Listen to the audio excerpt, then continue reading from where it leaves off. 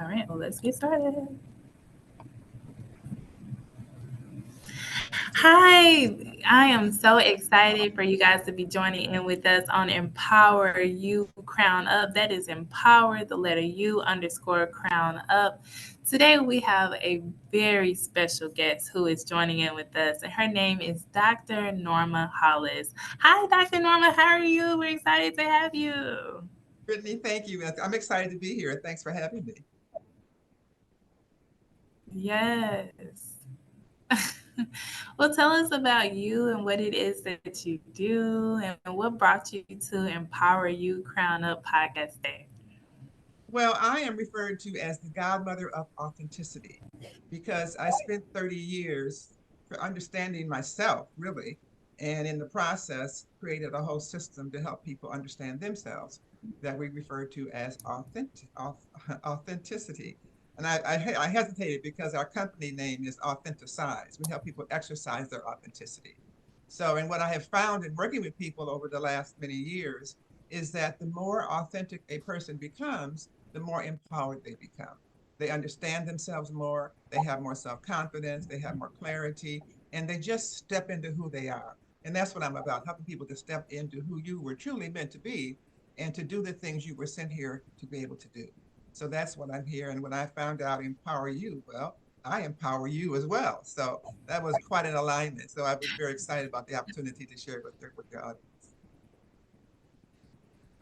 Well, I love that so much, especially when you think about authenticity and just being real. There's just so much that goes on in the world. And I talk about that with mental health, how we have to put on this mask. And it's just important for us to start removing that mask and keeping it real because that is how we find our clients is being able to say like, because our client says, oh, I can relate to her. She's me. Like where I see her as right now, that's not how she's always been. And I think that's amazing. So tell us what got you started on your journey of being the godmother of authenticity. Well, actually, it started when I was 28 years old. And that's when I realized I had become my parents' version of who they thought a Black woman needed to be in America.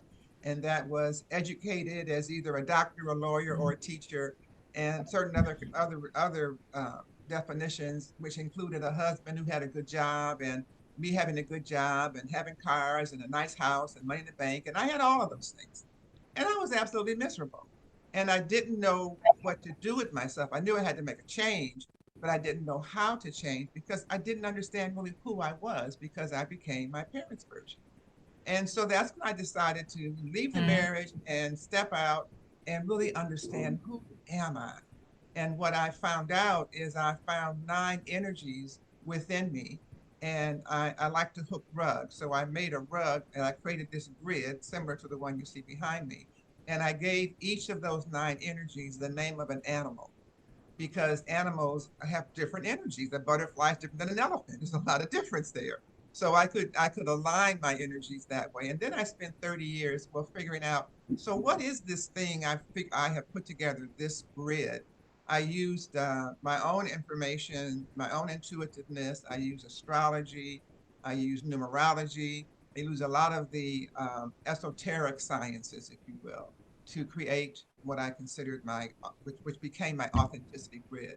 So over the course of 30 years, as I researched each of those boxes, which I call dimensions, I came to understand and give them names. And I learned that we each have an inner voice that no one hears but us. We each have an outer voice, which is how other people perceive us, and an expressive voice, which is who we have become in the world.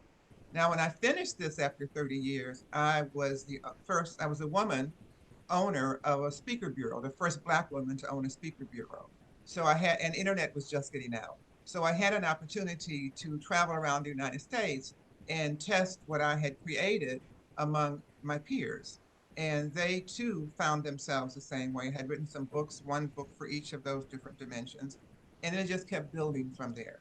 So that was the start, when I was 28 and confused about who am I. And I'm sure if you're listening and you are no matter what age you are, you may have that same confusion because life tends to push you in one direction when really who you may be another direction. So I spent a lot of years understanding how we use our authenticity, why we put on masks, how to take the mask off, and that was all part of my training and and preparation and how I help people empower themselves. Wow. You said so many good things that you know, a lot of times you can't relate until you've had experiences. Yeah. And that part right there about being a white and doing all these things, you had to take that leap of faith because I was literally talking to a lady about that. She was telling me how they may seem like such a great accomplishment, you know, that you need to just get married, you need to get married, which is great, get married, but there's so much before the marriage and before I do.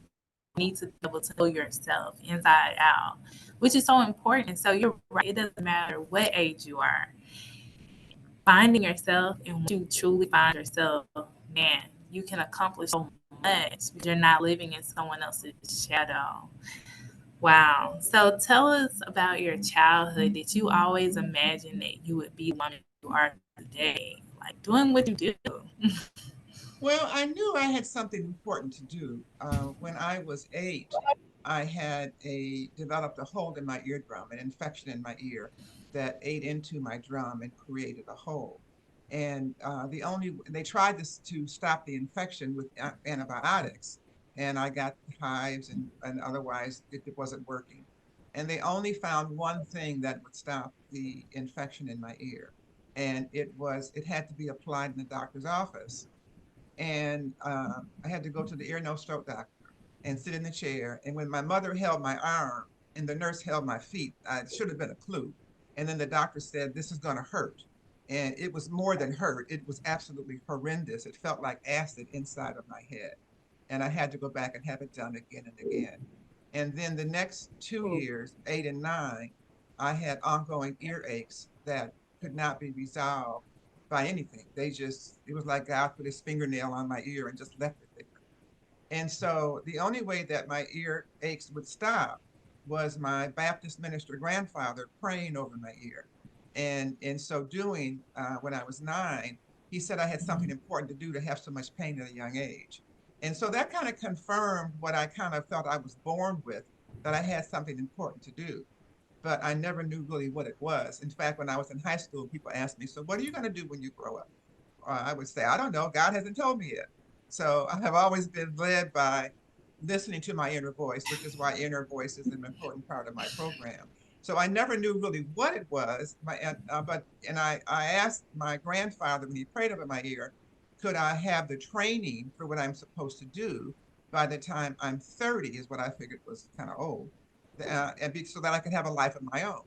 And Grandpa said he was sure God would give that to me. So at 28, when I had those challenges that I mentioned, and I was directing Head Start preschool programs at the time, I figured this is what I have to do. But what I didn't realize is that the training started at 28 and took 30 years. So it wasn't at the age of 30, but it was 30 years of training. And so I never really knew what it was I was to do, and it still continues to unfold. While the grid is done, I have people around the world who I've trained to deliver it and to teach it. I don't even teach it myself as much as I have my team members teaching it. It's still unfolding, and it's still informing me of what I'm supposed to do. And one thing is to help people understand themselves through the grid, and also help them to step into their authenticity through the grid. So I think all of us have an unfolding process that at different times in our lives gives us some clarity. Our job is just to listen to our inner voice and allow it to guide us and lead us to what it is we're here to do. Because I think there's a jigsaw puzzle and we're just a piece of the puzzle. So if we can take care of our piece, then the puzzle comes together. Because it's a really inauthentic world. And we have the power to create authenticity in our own lives, in the lives of the people that we touch. And so that's what I'm here to do, help people find their own authentic self and then help them to help others to do the same. So yeah, it started in childhood and continued to develop and unfold. And I'm well past childhood and it's still unfolding.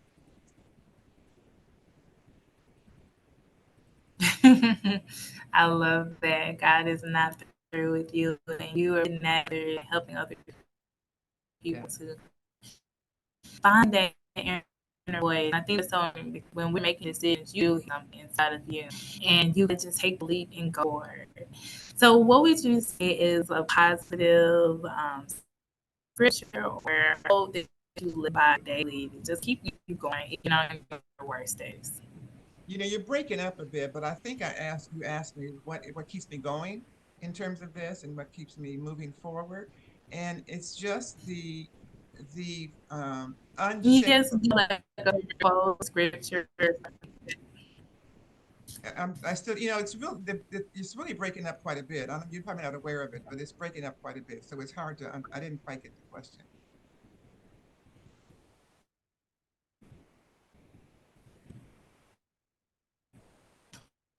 No, okay, we'll make sure we edit that right out of there. Do you have a favorite scripture or quote or something like that that you would love to share, or something that keeps you going even on your worst days? Okay, great. So there's two, and I don't know the exact biblical names for them, but under Jeremiah, Jeremiah says, "I knew you before you were born. I knew you were when you were in the womb," and that's one of them. And the other one is in Isaiah that says, "The Lord asks, who shall I send?" And the answer is, send me, God, I'll do the work." And so both of those I relate to quite a bit. And also, my grandfather, the Baptist minister, encouraged his grandchildren to say, "The Lord is my shepherd, I shall not want," all the time, which I have done. I've modified it a little bit, and I say, "The Lord is my shepherd, I thank you for your grace."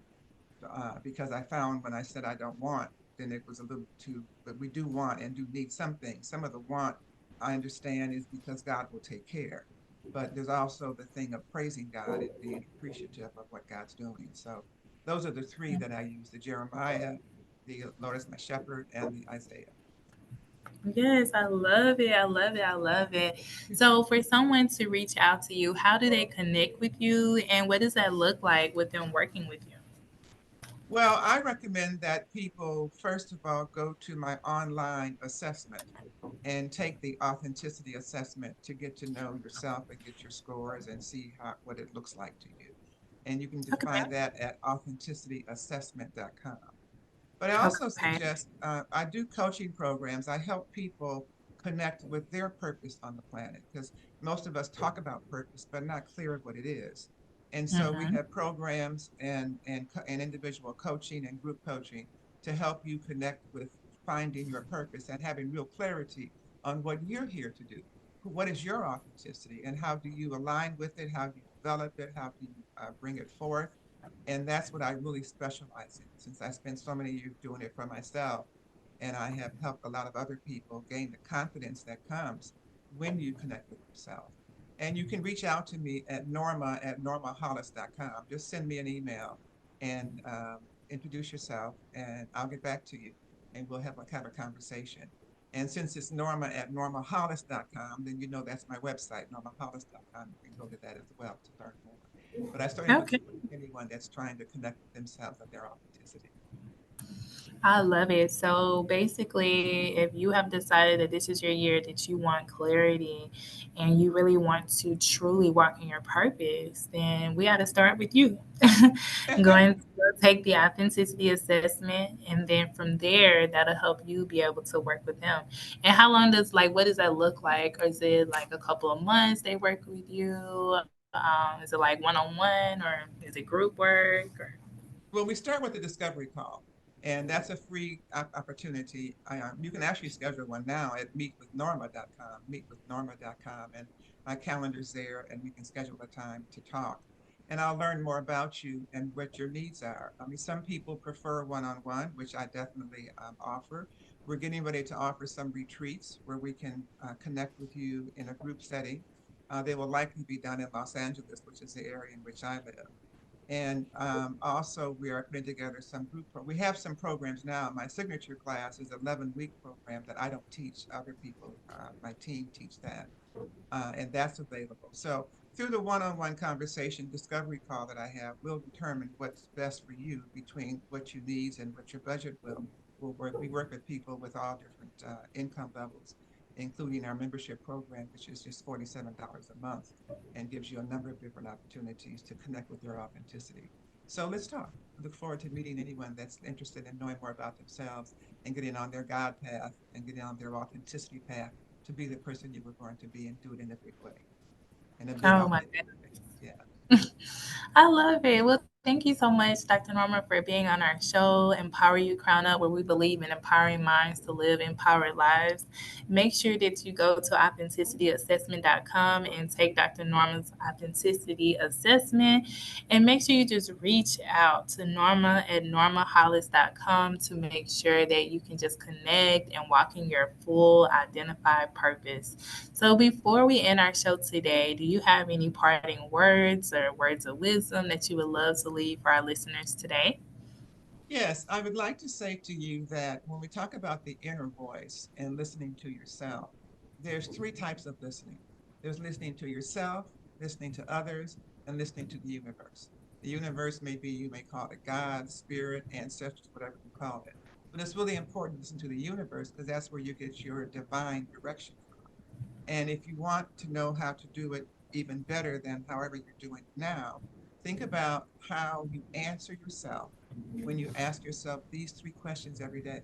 You ask yourself when you wake up, what time is it? You ask yourself, what am I going to wear? And you ask yourself several times in a day, what am I going to eat?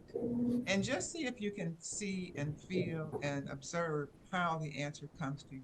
Usually they come through one of your six senses. You might see it, you might hear it, you might feel it, you might remember it in some ways. So, however that answer comes to you is a clue for how your inner voice speaks to you, how your voice of God speaks to you. So, figure that out and then listen more closely, and then you will be better equipped to listen to yourself and listen to the universe, and that'll make you better listening to others as well. If you need some help on that, just reach out to me, and I'm happy to talk about how we can make that happen. Oh my goodness. Well, thank you so much, Dr. Norma. And we would definitely look forward to having you on again as a featured guest. And we're just excited to have you on today. And we want you to have an amazing, amazing day.